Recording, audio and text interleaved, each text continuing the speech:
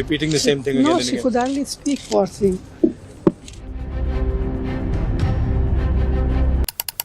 Was promising. Boring.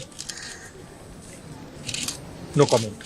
No, the president was getting very tired by the end. Repeating the same thing again No, and she again. could only speak for him. Bharat की राजनीति के इतिहास में पहली बार ऐसा हुआ है कि राष्ट्रपति का अपमान किया गया, और यह अपमान किसी और ने नहीं बल्कि कांग्रेस पार्टी ने किया। She could only speak for him. Repeating the same thing again No, and she again. could only speak for him. Sonia Gandhi ji ने राष्ट्रपति मुर्मू जी को पुअर लेडी कहा। She could only speak for him. वहीं राहुल गांधी जो उनके बेटे हैं वो राष्ट्रपति के भाषण को बोरिंग बताते हैं। Boring. No comment. यह है कांग्रेस की मानसिकता। सत्ता खोने के बाद अब कांग्रेस इतना नीचे गिर गई है कि वह राष्ट्रपति जैसे गरिमामय पद पर बैठी एक आदिवासी महिला का भी अपमान करने से नहीं चूक रहे हैं।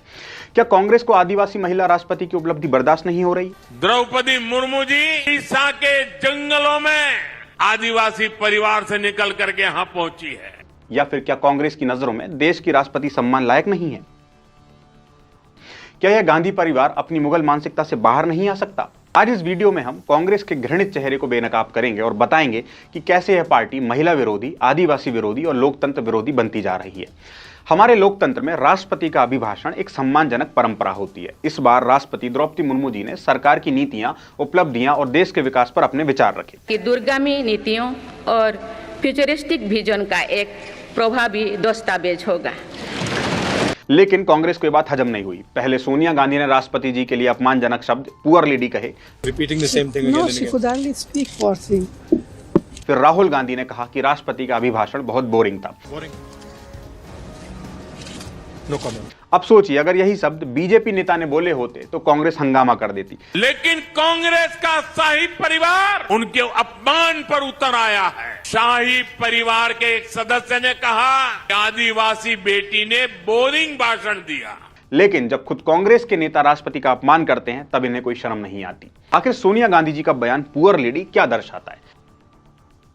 क्या कांग्रेस को यह मंजूर नहीं कि एक आदिवासी महिला भारत की राष्ट्रपति बन जाए? क्या कांग्रेस आज भी एक परिवार तक सीमित है जहां राष्ट्रपति पद सिर्फ उनके पसंद के ही लोग बैठ सकते हैं? क्या कांग्रेस महिलाओं के प्रति हमेशा ऐसी ही नीची सोच रखती रही है? यही कांग्रेस थी जिसने द्रौपदी मुर्मू जी के राष्ट्रपति बनने का भी विरोध किया था। कांग्रेस के नेता आदिवासी महिला राष्ट्रपति को गरीब और असहाय बताकर उनकी मेहनत और संघर्ष का मजाक उड़ा रहे हैं।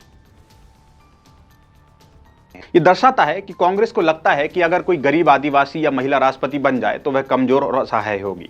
यह कांग्रेस का असली चेहरा है, घमंडी, महिला विरोधी और आदिवासी विरोधी।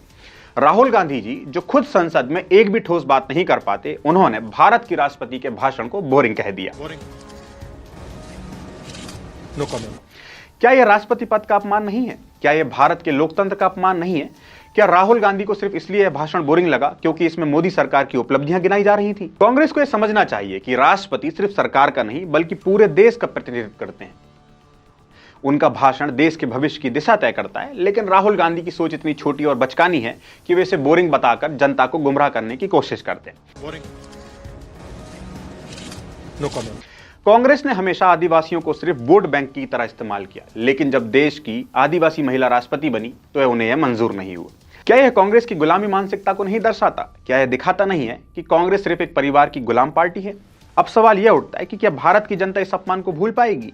अगर आज सोनिया गांधी और राहुल गांधी को जवाब नहीं दिया गया तो कल ये और भी बड़े नेताओं का अपमान करेंगे। अगर आज कांग्रेस को नहीं रोका गया तो वो राष्ट्रपति पद की गरिमा को पूरी तरह से खत्म कर देंगे।